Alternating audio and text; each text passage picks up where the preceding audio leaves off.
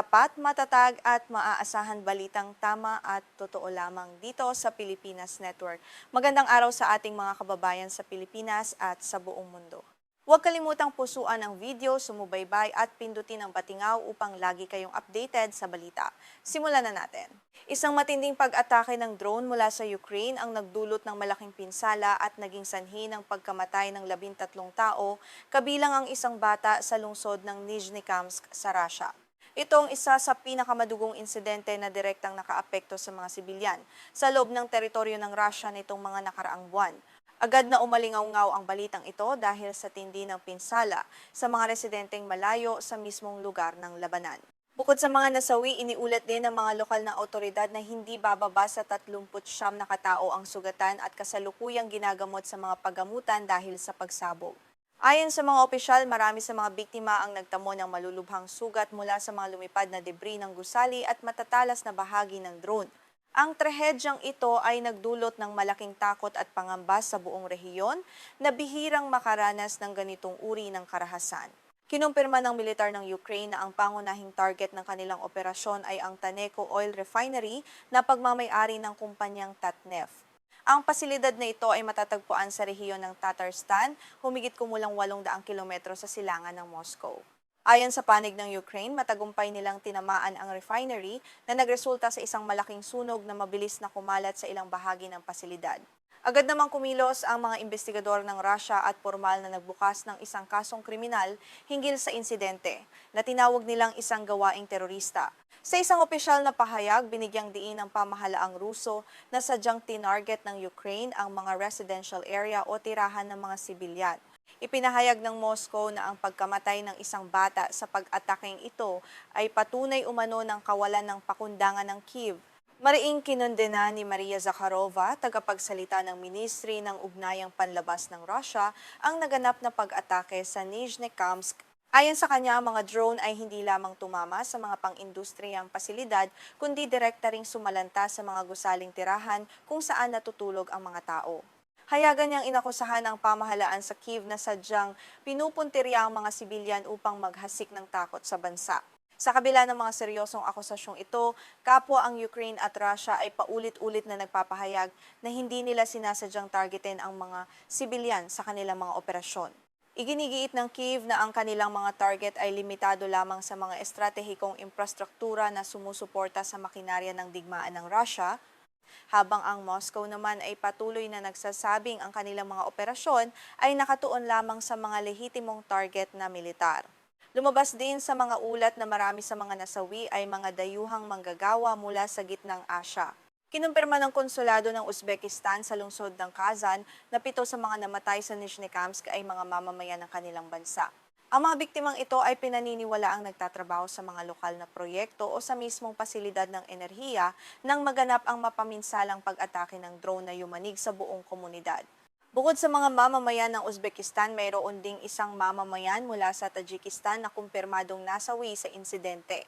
Iniulat ng ahensya ng balita ng estado ng Russia na TASS na sinipi ang Ministry ng Ugnayang Panlabas ng Tajikistan ang malungkot na balitang ito. Ipinapakita nito na ang epekto ng labanan ay hindi lamang nakakulong sa dalawang bansa, kundi umaabot na rin sa mga inosenteng dayuhang naghahanap buhay sa loob ng Russia. Ayon sa ulat ng ahensya ng balita na RIA, 9 sa 13 biktima ay nasa loob ng isang hostel nang maganap ang pag-atake. Ang hostel na ito ay nagsisilbing tuluyan ng mga manggagawang naninirahan malapit sa lugar ng pagsabog. Bagaman hindi pa nakapagbigay ng independenteng kumpirmasyon ng Reuters ukol dito, ipinapakita ng ulat ang matinding panganib na kinakaharap ng mga ordinaryong taong naninirahan malapit sa pasilidad. Maraming video ang kumalat sa mga social media platform na nagpapakita ng makapal na usok na bumabalot sa ibabaw ng Taneco Oil Refinery pagkatapos ng pag-atake. Ang mga videong ito na dumaan sa pagsusuri at pagpapatunay ng Reuters ay nagpapakita ng tindi ng pinsala at lakas ng pagsabog. Makikita sa mga footage ang takot ng mga lokal na residente habang pinapanood ang naglalakihang apoy na unti-unting lumalamon sa ilang bahagi ng planta. Ang Taneco Refinery ay isa sa pinakamalaki at pinakamahalagang pasilidad ng langis sa buong Russia. Noong nakaraang taon lamang, nagawa nitong magproseso ng humigit kumulang 17 milyong metriko tonelada ng krudo. Dahil sa napakalaking kapasidad na ito, Ang anumang pagkasira sa operasyon ng refinery ay maaring magdulot ng direktang epekto sa supply ng enerhiya at ekonomiya ng bansa, partikular na sa produksyon ng gasolina. Upang mas maunawaan ang kahalagahan ng pasilidad, ang Taneco ay gumagawa ng humigit kumulang 2 milyong tonelada ng gasolina at 8 milyong tonelada ng diesel fuel taon-taon. Ang mga produktong ito ay hindi lamang ginagamit para sa mga ordinaryong sasakyan kundi mahalaga rin sa transportasyon at iba pang operasyon. Kaya naman ang pag-atake sa planta ay itinuturing na isang malaking dagok sa kakayahan ng Russia na mapanatili ang matatag na supply ng produktong petrolyo. Hindi ito ang unang pagkakataon na naging target ng Ukraine ang Taneco Refinery. Noong unang bahagi ng Hunyo ng taong ito, nakaranas na rin ng katulad na pag-atake ang pasilidad na nagdulot ng pansamantalang pagkaantala sa operasyon. Ang paulit-ulit na pag-target sa parehong lokasyon ay nagpapakita ng determinasyon ng Ukraine na guluhin ang mga pangunahing pinagkukunan ng enerhiya at kita na maaring magamit ng Russia upang suportahan ang operasyon ng militar Nitong mga nakaraang buwan, kapansin-pansin ang pag-igting ng mga pag-atake ng Ukraine gamit ang mga drone laban sa mga refinery ng langis sa iba't ibang panig ng Russia. Ang kampanyang ito ay bahagi ng mas malawak na estratehiya upang bawasan ang kita ng Russia mula sa enerhiya. Bukod dito, layunin din itong lumikha ng panloob na presyur sa pamamagitan ng pagpapakita na ang digmaan ay may direktang epekto maging sa loob ng Russia. Ang sunod-sunod na pag-atake sa mga refinery ay nagdulot na ng mga problema sa supply ng gasolina sa ilang bahagi ng Russia sa mga nakalipas na linggo. Bagaman sinasabi ng mga otoridad na ang karamihan sa mga naunang suliraning ito ay matagumpay nang naresolba, ang banta ng mga bagong pag-atake ay patuloy na naglalagay ng presyur sa lokal na pamilihan. Ang pangamba sa posibleng kakulangan ay maaari ring magdulot ng pagtaas ng presyo. Hayagang ipinahayag ng pamahalaan sa Kyiv na layunin ng kanilang mga operasyon na maipadama sa Russia ang tunay na halaga at epekto ng digmaan. Nais ng Ukraine na maramdaman ng mga residente sa Russia ang destabilisasyong nararanasan ng mga Ukrainian araw-araw. Sa pamamagitan nito, umaasa ang Kyiv na maaring lumakas ang panloob na pagtutol laban sa patuloy na operasyon ng militar ng Russia sa Ukraine. Bilang tugon sa mga kakulangang dulot ng mga pag-atake, napilitan ng Moscow na mag-import ng gasolina mula sa ibang bansa upang mapanatili ang sapat na supply sa kanilang merkado. Ito ay isang pambihirang hakbang para sa isang bansang kilala bilang isa sa pinakamalaking producer ng langis sa mundo. Ipinapakita nito na kahit papaano ay nagkaroon ng epekto ang estratehiya ng Ukraine sa normal na daloy ng sektor ng enerhiya ng Russia. Noong nakaraang linggo muli namang nagpalitan ng akusasyon ang magkabilang panig hinggil sa mga nakamamatay na pag-atake sa mga sibilyan. 3 tao ang iniulat na napatay at 37 ang sugatan sa isang pag-atake ng Russia sa silangang lungsod ng Kharkiv sa Ukraine. Isang mataas na gusaling tirahan ang direktang tinamaan na nagdulot ng malaking pagkawasak at nag-iwan sa maraming pamilya na walang matuluyan. Sa kabilang banda, iniulat naman ng mga autoridad sa rehiyon ng Belgorod sa Russia na 5 sibilyan ang napatay at 25 ang nasugatan dahil sa isa pang pag-atake ng drone mula sa Ukraine. Ang Belgorod na matatagpuan malapit sa hangganan ay madalas ding maging target ng mga pag-atake. Ang patuloy na siklo ng karahasan na ito ay nagpapakita na walang malinaw na senyales ng paghupa ng labanan at patuloy na nagdurusa ang mga ordinaryong mamamayan. Sa pagpapatuloy ng digmaang ito, ang mga pinsala sa mga sibilyan at estratehikong infrastruktura ay patuloy na dumarami sa magkabilang panig ng hangganan. Ang pinakahuling pag-atake sa Nizhnekamsk ay nagpapakita lamang ng lumalalim na krisis na mahirap nang mahanapan ng agarang diplomatikong solusyon. Sa ating pangunahing balita sa buong mundo, inihayag ni Pangulong Donald Trump ng Estados Unidos na kasalukuyan silang nagpapatupad ng isang mahinahon at hindi maingay na diskarte laban sa Iran. Binigyang diin ng leader ng Amerika na sa halip na gumamit ng dahas o magsagawa ng marahas na aksyong militar, mas pinipili ng kanyang administrasyon na gamitin ang matinding presyur sa ekonomiya upang mapilitang makipag-ayos ang Tehran. Sa isang eksklusibong panayam sa Axios, sinabi ni Trump na pinangangasiwaan nila ang usapin sa Iran sa isang napakasimpleng paraan ng walang labis na ingay. Ayon sa kanya, meron silang limitadong pakikipag-usap o negosasyon sa pamahalaan ng Iran sa kasalukuyan. Ang diskarteng ito ay naglalayong maiwasan ang lalo pang paglala ng tensyon sa gitnang silangan habang pinananatili ng Amerika ang kontrol sa sitwasyon. Idinagdag pa ng Pangulo ng Estados Unidos na patuloy nilang binabantayan ang bawat galaw ng Iran. Inilarawan niya ang bansa bilang kasalukuyang nakararanas ng matinding krisis sa pananalapi. Partikular na binanggit ni Trump ang napakataas na antas ng inflasyon sa Iran at ang katotohanang halos tuluyan ng nauubos ang kanilang pambansang badyet dahil sa mga umiiral na parusa at paghihigpit mula sa Washington. Ayon sa ulat ng Axios, hindi nagpakita ng anumang pagkainis o pagkabahala si Trump sa kabila ng unti-unting pagkaantala ng Iran sa pagpapatupad ng kasunduan ukol sa muling pagbubukas ng Strait of Hormuz. Ang estratehikong rutang ito ng langis ay nananatiling isa sa mga pinakasensitibong punto ng hidwaan, ngunit kampante ang White House na kontrolado pa rin nila ang takbo ng mga pangyayari sa rehiyon. Matatandaan na bago ito hayagang hiniling ng Tehran sa Washington na wakasan na ang pagharang sa kanilang mga daungan at tuluyan ng alisin ang mga parusa sa kanilang sektor ng langis. Ang kahilingang ito ay nakasaad sa Memorandum of Understanding na nilagdaan ng dalawang bansa noong Hunyo. Gayunpaman nanatiling matigas ang paninindigan ng Estados Unidos hanggat walang konkretong hakbang mula sa Iran.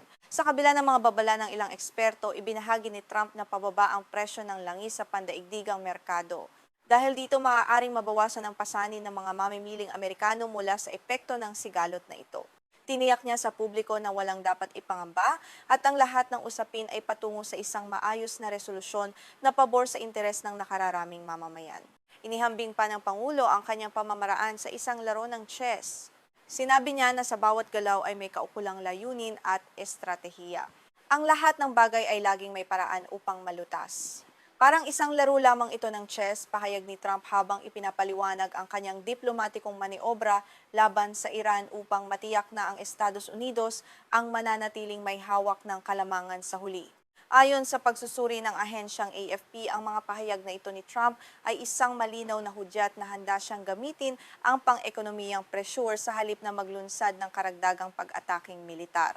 Kahit nagpapakita ng matigas na tindig ang Iran sa mga nagdaang linggo, mas pinili ng Washington na pahinain ang kakayahan ng kalaban sa pamamagitan ng pagpigil sa daloy ng kanilang pananalapi.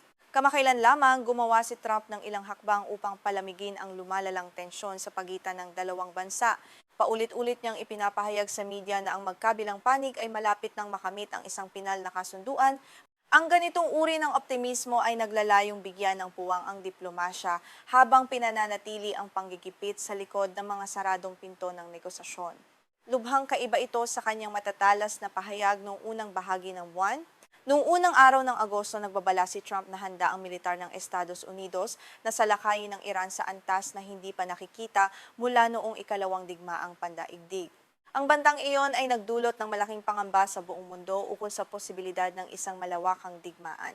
Subalit matapos ang kanyang matapang na pahayag, inanunsyo ni Trump ang pagkansela sa planong pag-atake. Ipinaliwanag niya na ginawa ito upang magbigay ng karagdagang panahon para sa pagbuo ng isang mas komprehensibo at kumpletong kasunduan. Ipinapakita nito na ang kanyang administrasyon ay gumagamit ng taktikang carrot and stick upang makuha ang pinakamalaking posibleng konsesyon mula sa panig ng Iran. Para sa karagdagang konteksto, ang Strait of Hormuz ay itinuturing na isa sa pinakamahalagang daanan ng enerhiya sa buong mundo, kung saan dumaraan ang halos 1/5 ng kabuuang supply ng langis. Ang anumang pagkaantala o banta sa seguridad sa rutang ito ay maaaring magdulot ng mabilis na pagtaas ng presyo ng krudo sa buong daigdig, kabilang na ang epekto nito sa ekonomiya ng Pilipinas. Dahil dito, ang patuloy na pagbaba ng presyo ng langis na binanggit ni Trump ay itinuturing na magandang balita para sa mga bansang nag-aangkat ng langis tulad ng Pilipinas.